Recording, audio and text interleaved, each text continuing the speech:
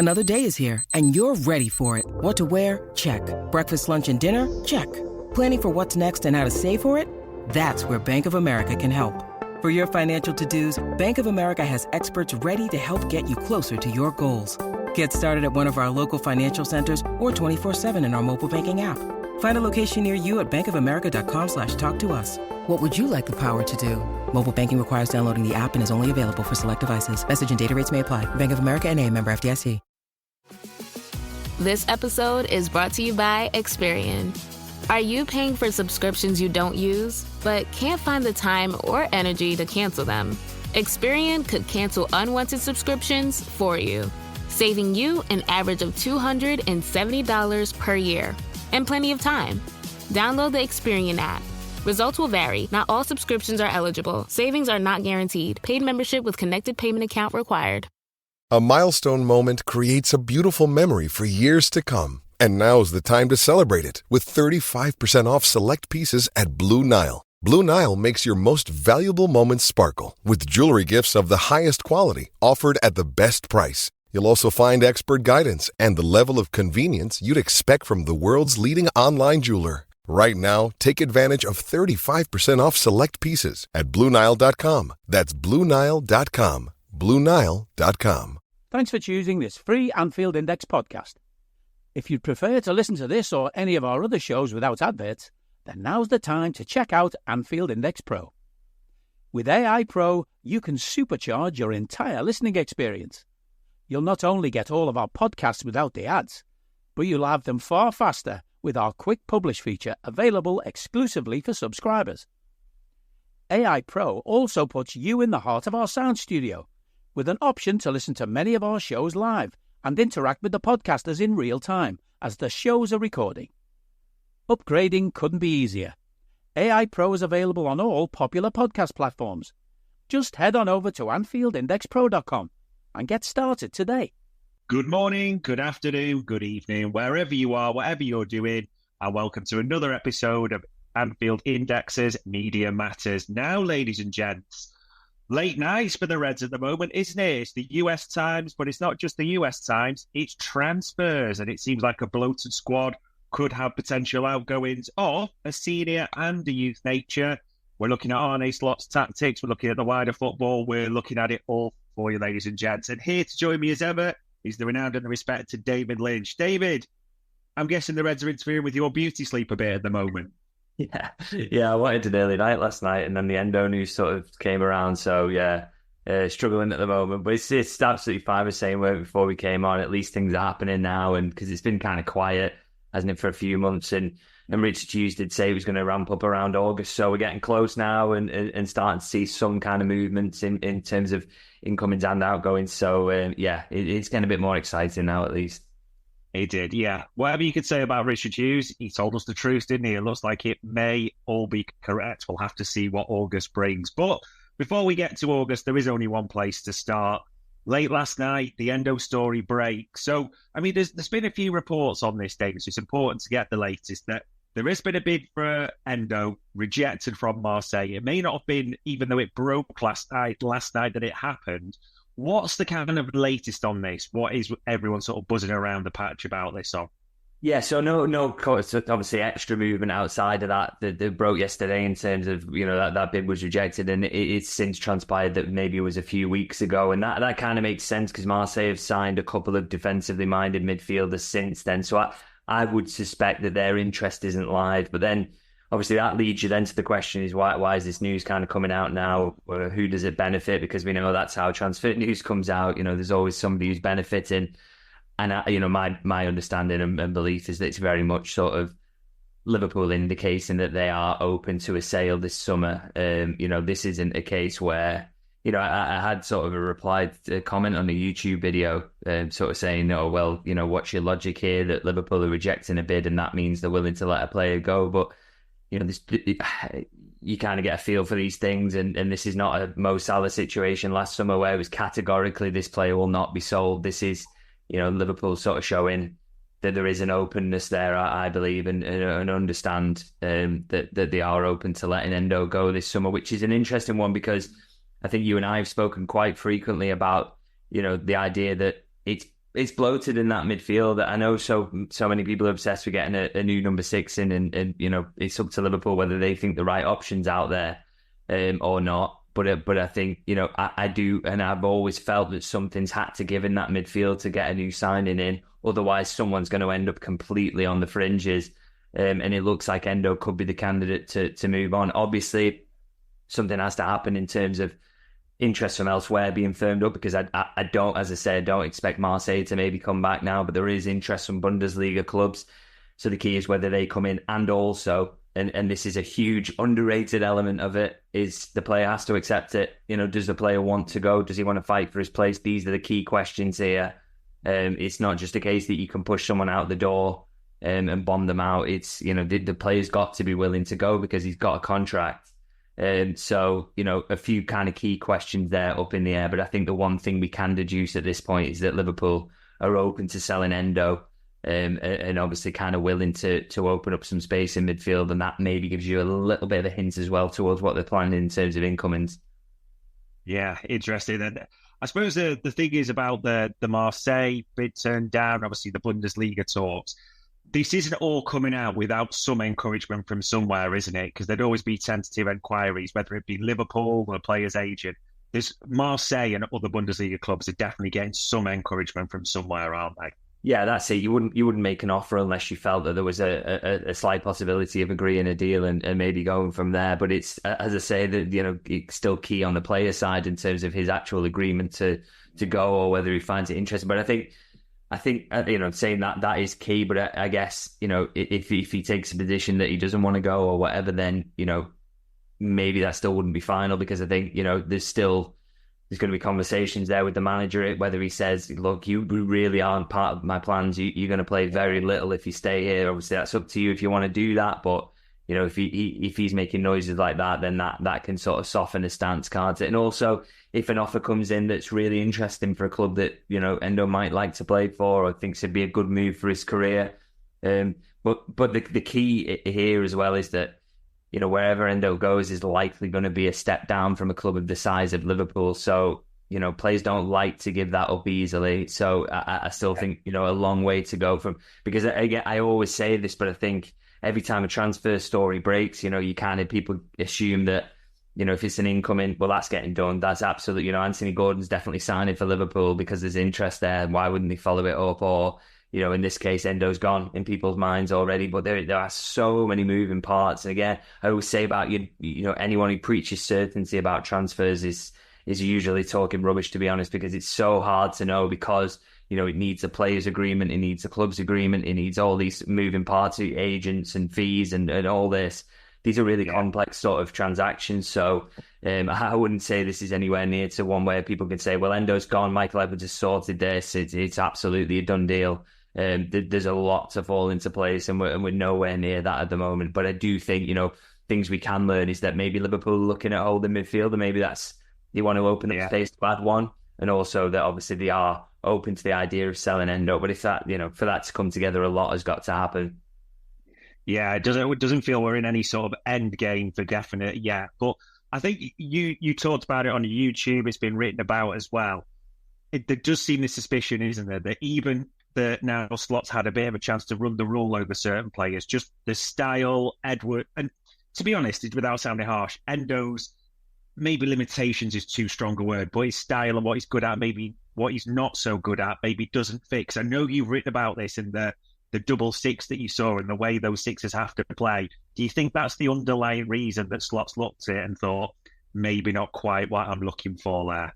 Well, you absolutely, again, you have to take them on the word for that this was a period whereby Slot was going to have a real look at his players and start to make judgments about them. Obviously, there's some he hasn't seen, but they are, really, you have to say the internationals that aren't back yet are the elite top end players anyway. I doubt there's judgments to be made on those, to be honest. So it's everyone else, people who are kind of fringe players, people who would maybe be considered squad or younger players. So this has been the period he's been doing that. And for Endo, because he didn't end up getting called up to the Olympics, he's had that full pre-season in front of Slot, and Slot's had a good look at him.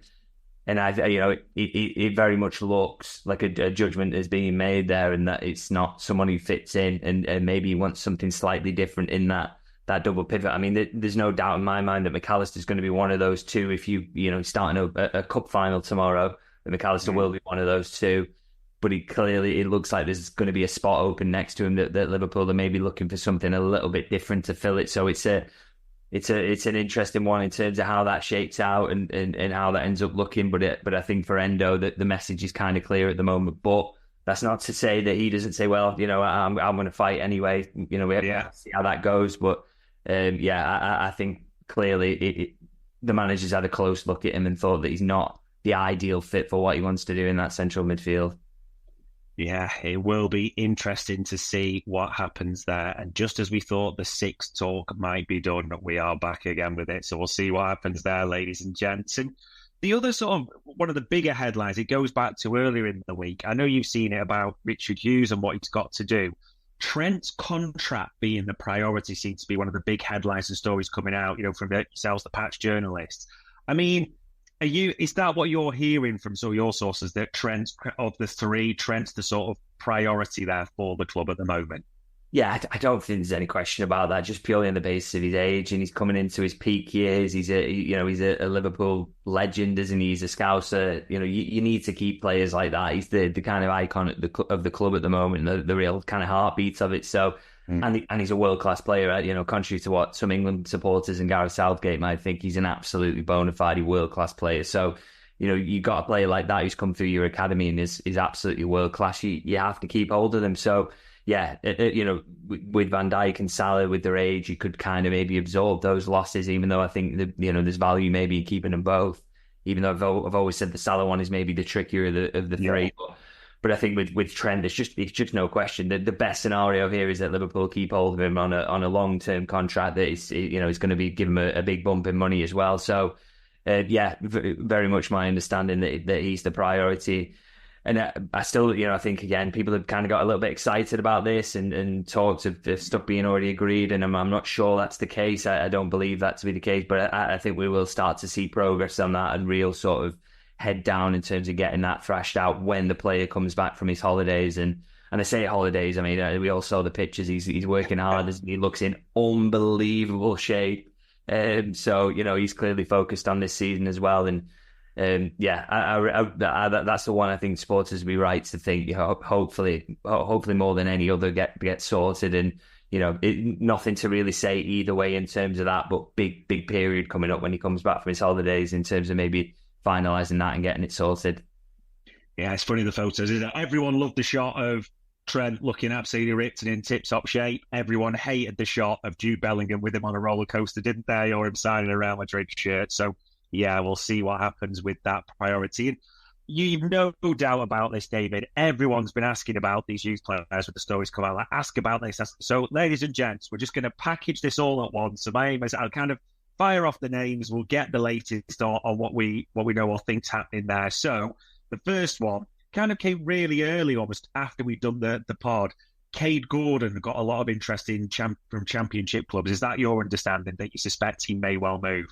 Yeah, I'll be honest, I can't personally stand this one up in terms of I haven't actually heard about where the interest is coming from in Cade Gordon, but it wouldn't surprise me at all. I just think he's at that period now where he probably needs the games and needs the regular football, and I just don't think he's going to get enough at Liverpool. So this will be a good season for him to go out on loan. So I've no doubts that one is true and that Liverpool would consider that. Yeah, no doubt about that. But as I say, I've not actually personally heard who's in for him at the moment or anything like that, but I wouldn't be shocked at all if he was a candidate for a loan, because it just makes sense with where he's up to.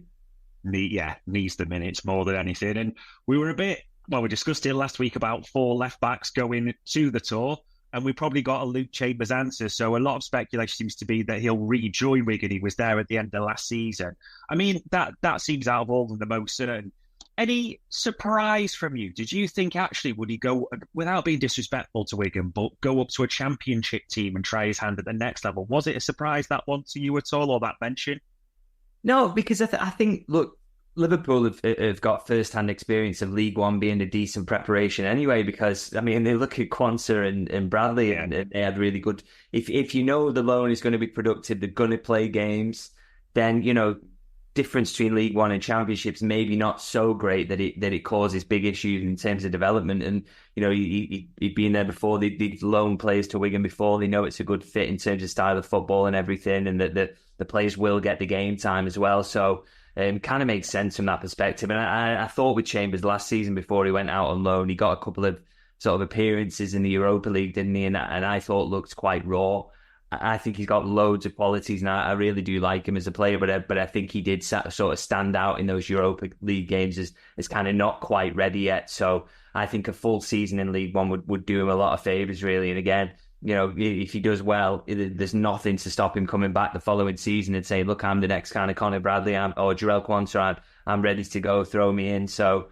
I think that's going to be a good move for him, and yeah, my understanding that he will go there, and I think, as I say, I think that would be a good move for him. Yeah, where we'll join Calvin Ramsey, who's on the right flank there. Will be interesting to see. This one was almost done, then it wasn't, and now we're not sure if it's a rumour or not. Jayden Danns to Plymouth. Important to say, Wayne Rooney's Plymouth. Maybe some disappointed he was leaving in a way. They thought Anthony might get a look in, and it was talk of is it injury? But this one seems to be very much on the radar. Heard anything about this one at all? A milestone moment creates a beautiful memory for years to come. And now's the time to celebrate it with 35% off select pieces at Blue Nile. Blue Nile makes your most valuable moments sparkle with jewelry gifts of the highest quality offered at the best price. You'll also find expert guidance and the level of convenience you'd expect from the world's leading online jeweler. Right now, take advantage of 35% off select pieces at BlueNile.com. That's BlueNile.com. BlueNile.com. I don't need a VPN. I've got nothing to hide. Ha. This is what I used to tell myself before I hooked up with LibertyShield.com. Not only is my home internet now fully encrypted, but I can now access all the websites I want, whenever I want, and do so from absolutely anywhere. As a Liverpool fan, I love to know I can now watch every match, regardless of whether it's on UK TV or not. My Liberty Shield VPN makes sure nothing is blocked and guarantees me super fast streaming speed throughout that match. You can get connected right now with their software package, which includes a 48-hour no-obligation free trial and instant access to their apps for Apple, Android, Fire TV, PC, Mac and Android TV. Or go a step further like I have and get one of their pre-configured VPN routers. These small but powerful devices allow you to easily connect every device in your home to VPN, making it the perfect solution for smart TVs, Mac boxes and games consoles. Visit LibertyShield.com today and use coupon code AIVPN25 to get 25% off at checkout. Yeah, so I think I mentioned him as a player. I was really kind of looking forward to seeing him pre-season. So and I thought particularly in this early part where there's not a lot of forwards about, that this would have been a good chance for him to get some minutes, because I really do like him as a player. But I did see the reports about Plymouth. I kind of checked on that one, and that I was told that there was no truth in that. That wasn't the case. That a deal had been agreed. Not to completely rule it out, because it was put to me that basically the only reason he hasn't gone on tour is he's got a back injury at the moment. So, loan is a possibility, but he said there's nothing happening at the moment because he just has to get back fit. So, I'm not sure exactly how severe that back injury is, but that's what he's dealing with at the moment. So any loan move is on hold on the basis of that. He just needs to get himself fit, and we'll see what happens after that, or when that is as well, in terms of when he's going to be ready to play again. But he's looking likely maybe we'll get a loan, but he just has to get fit now, and that's his main focus. Then we'll see. And I'm sure there are plenty of other clubs interested in him, not just Plymouth. So his future's kind of open at the moment, but we'll see after that injury settles down a bit. Yeah, bit of a wait and see there. There will be, for defence, there will be a lot of clamour for him as well. And maybe clamour of a higher level. We'll go through a few of these. Ben Doak, I mean, this has come out, hasn't it? There's a couple of the clubs that keep getting mentioned are Leicester and Southampton, so Premier League clubs, especially for Ben Doak. I mean, I'm keen on your thoughts on this one, because Ben Doak can beat a man for fun. His pace, acceleration is there, no issue at all. The question mark around him is end product at a higher level, because we've seen him in the youth teams, even the Youth Champions League. He's far too good for that, but now we're stepping up. Now, but there's a difference between those youth leagues to Premier League and what looks like, without being disrespectful to Leicester and Southampton, you'd probably put them in your Premier League strugglers at the same time. Are you surprised these are the clubs? Would you be thinking more Championship, higher level, or can you see the fit here for it? Yeah, I see what you're saying there in terms of, I think clubs where, you know, something towards the top end of the Championship where you're seeing a lot of the ball constantly and that kind of thing would maybe be slightly better for him. But equally, you know, getting experience at Premier League level at his age will be really, really good for him as well. You know, even if it's slightly tougher to get on the ball, you know, help you in terms of work rate and also, you know, in terms of economy of using the ball well, in terms of, you know, if you're not going to see the ball 15 times a game, then you've got to use it well every time you get it. So maybe it improves your decision making in terms of that, and that's kind of the thinking. But I think what's clear here is that Liverpool are open to Doak moving on loan. Obviously, I think he's missed some football, hasn't he, through injuries recently, and I think, you know, that end product, I think it is the big next step that he needs to take in terms of his game. And so a loan move really makes sense, because I just don't think there's going to be loads of minutes for him at Liverpool next season. And I think getting out on loan would make a lot of sense in terms of just pushing him on to the next level, hopefully. And so I think that kind of makes a lot of sense. I guess Liverpool are going to hang on before they do anything yet, because obviously they're still short on forwards, nobody's back yet, and still got some friendlies to play. But I think maybe when they get back from the US tour, this is when we'll start to see movement on, and I'm sure there'll be other clubs out there who are having a look as well. So we'll see how that kind of shakes out. But it's one to keep an eye on. But I think that the feeling there is that a loan move for Doak is the right move. Yeah, definitely. These minutes more than anything, the next stage in his development. And the two Hull boys are interesting one. I mean, Fabio Carvalho played on the left the other night, and I know you'll have seen it. He was quite open that he's had that conversation with Slot, that Slot sees him as a left winger. He doesn't. He sees him more as a 10. I'm not trying to be harsh on Fabio Carvalho, but Fabio Carvalho's chats with head coach at Liverpool don't traditionally go to plan, as history tells you. What are you seeing with this? Because I always want to be fair. There's talent there, and just because you're not a Liverpool first teamer doesn't mean you're not a good player. But you look at the quality of the forwards that we've already got who can play left. And if he is seeing himself as a 10, I mean, the people we could name as potential 10s for Liverpool goes on and on, probably unfortunately above him. It's almost a harshly phrased question. I know this is on me, David. Are you struggling to see almost a long-term future or a future right now for him in that team? Yeah, if I'm honest, yes. I just think, you know, I wrote a piece a couple of weeks ago sort of saying that, look, this is a new start under a new manager. He can come into this pre-season, and if he absolutely smashes it, then there's a chance for him there that probably wouldn't have been there under Jurgen Klopp, and also kind of a slightly different system, so maybe it's easier for him to find a place. But I already think, you know, we're a couple of friendlies in, and I think it's becoming apparent that space kind of isn't there.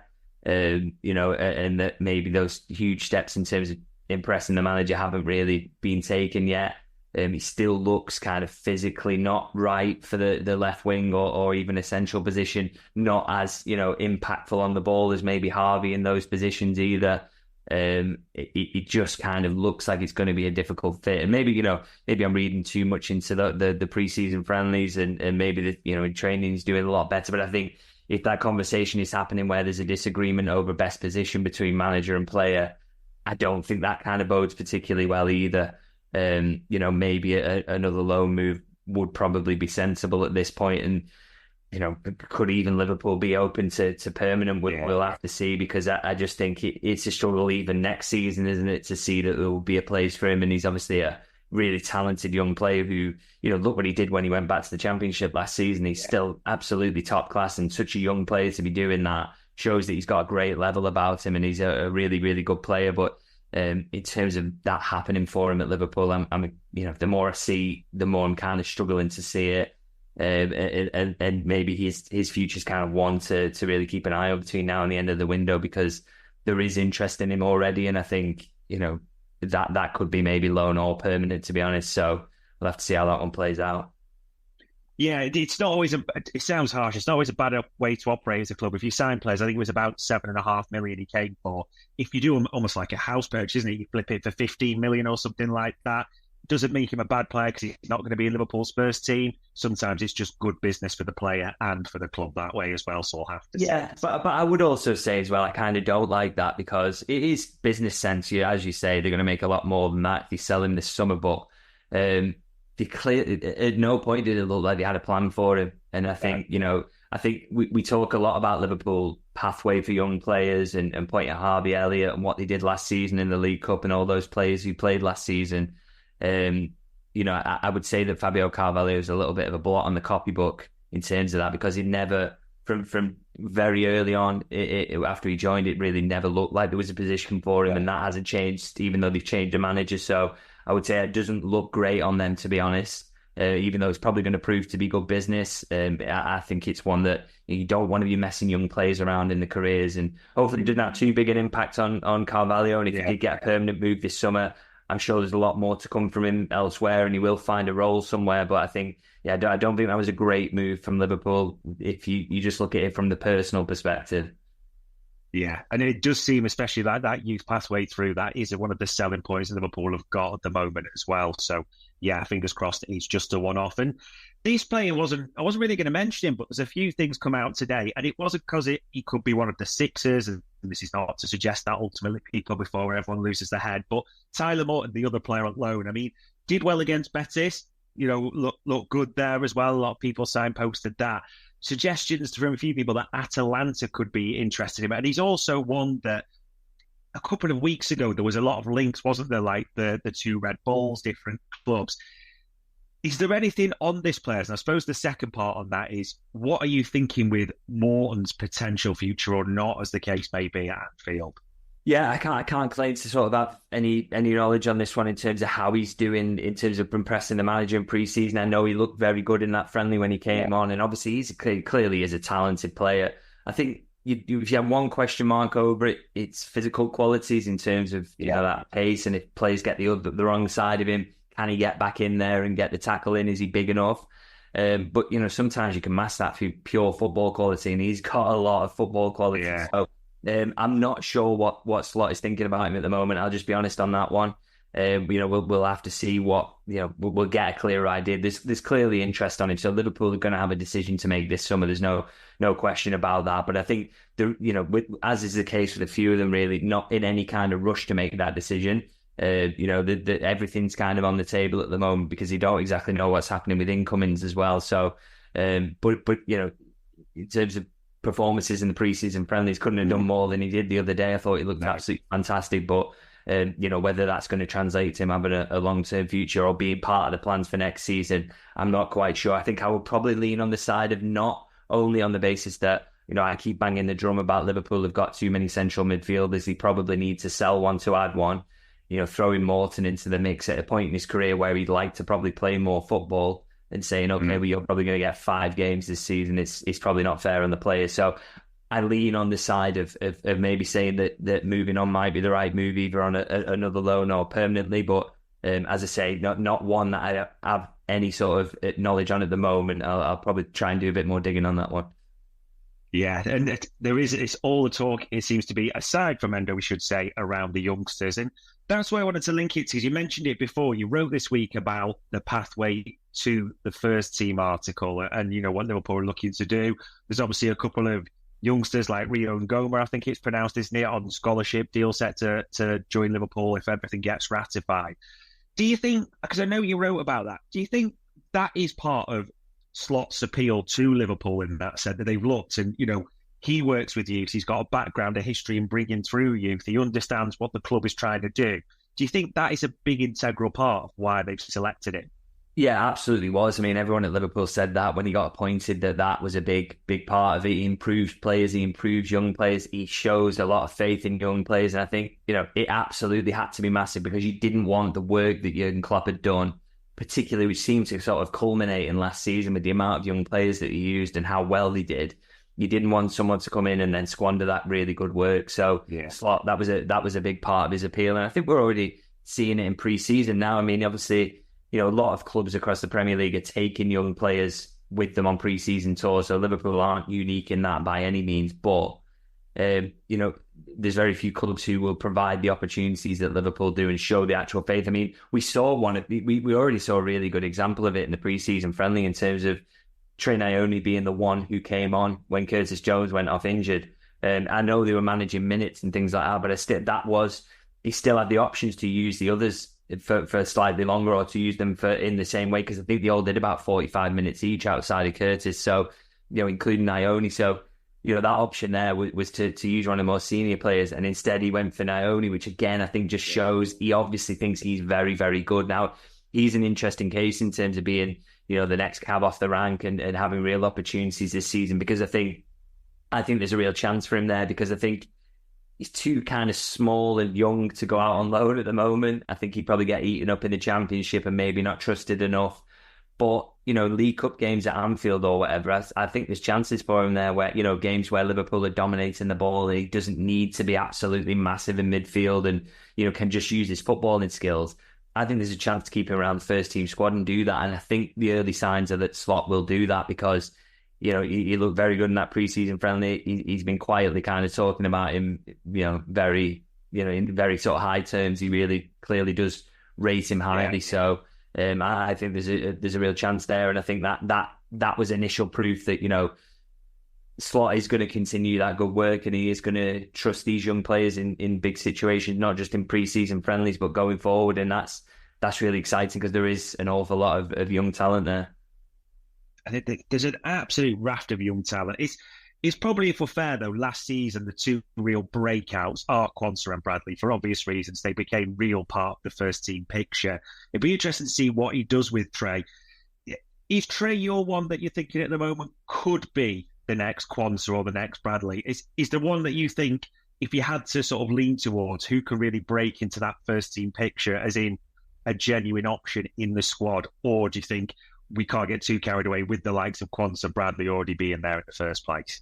Yeah, I'd say it's a little soon for any of the ones that I really think are maybe going to make the impact. So, Ione, for example, like I said, I only think I think he'll stick around, because I don't think the loan is it's not the right time. He's literally was 16 last month. So, he was only just turned 17. He's very, very young. So I think the loan's not kind of right for him just yet, with where he's physically up to. And again, those physical deficits, I think, will limit the impact he can make in this season.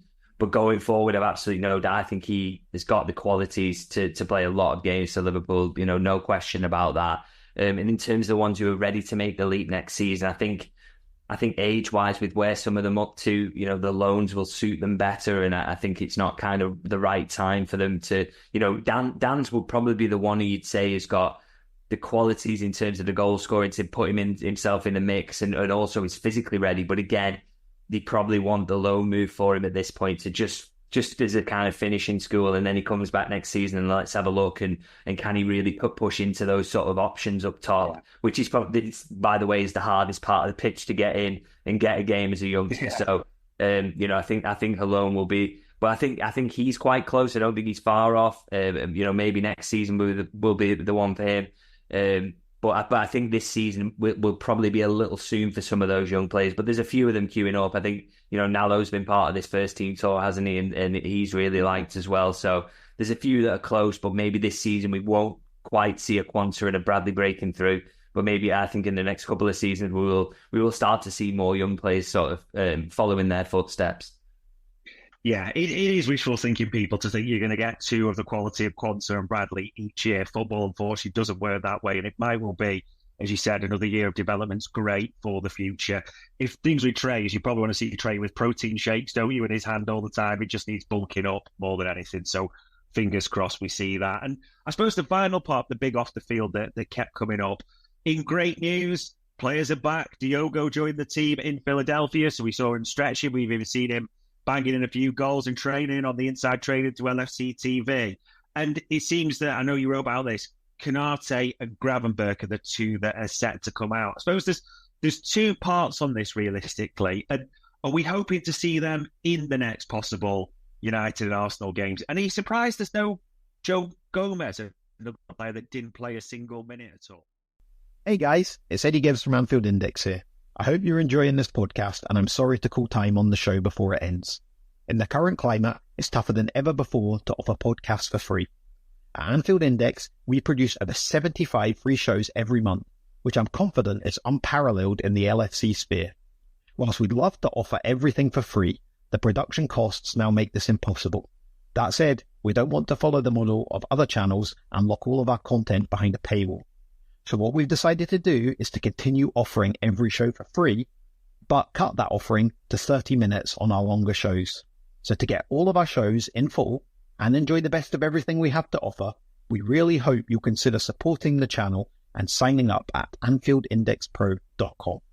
For about the price of 1 cup of coffee, you'll get every podcast in full with 0 ads. You'll also get access to our LFC VIP community, where you can enjoy live podcasts, engage with our podcasters, and chat with other Reds in real time. So that website again, AnfieldIndexPro.com. Join today. Sports Social Podcast Network.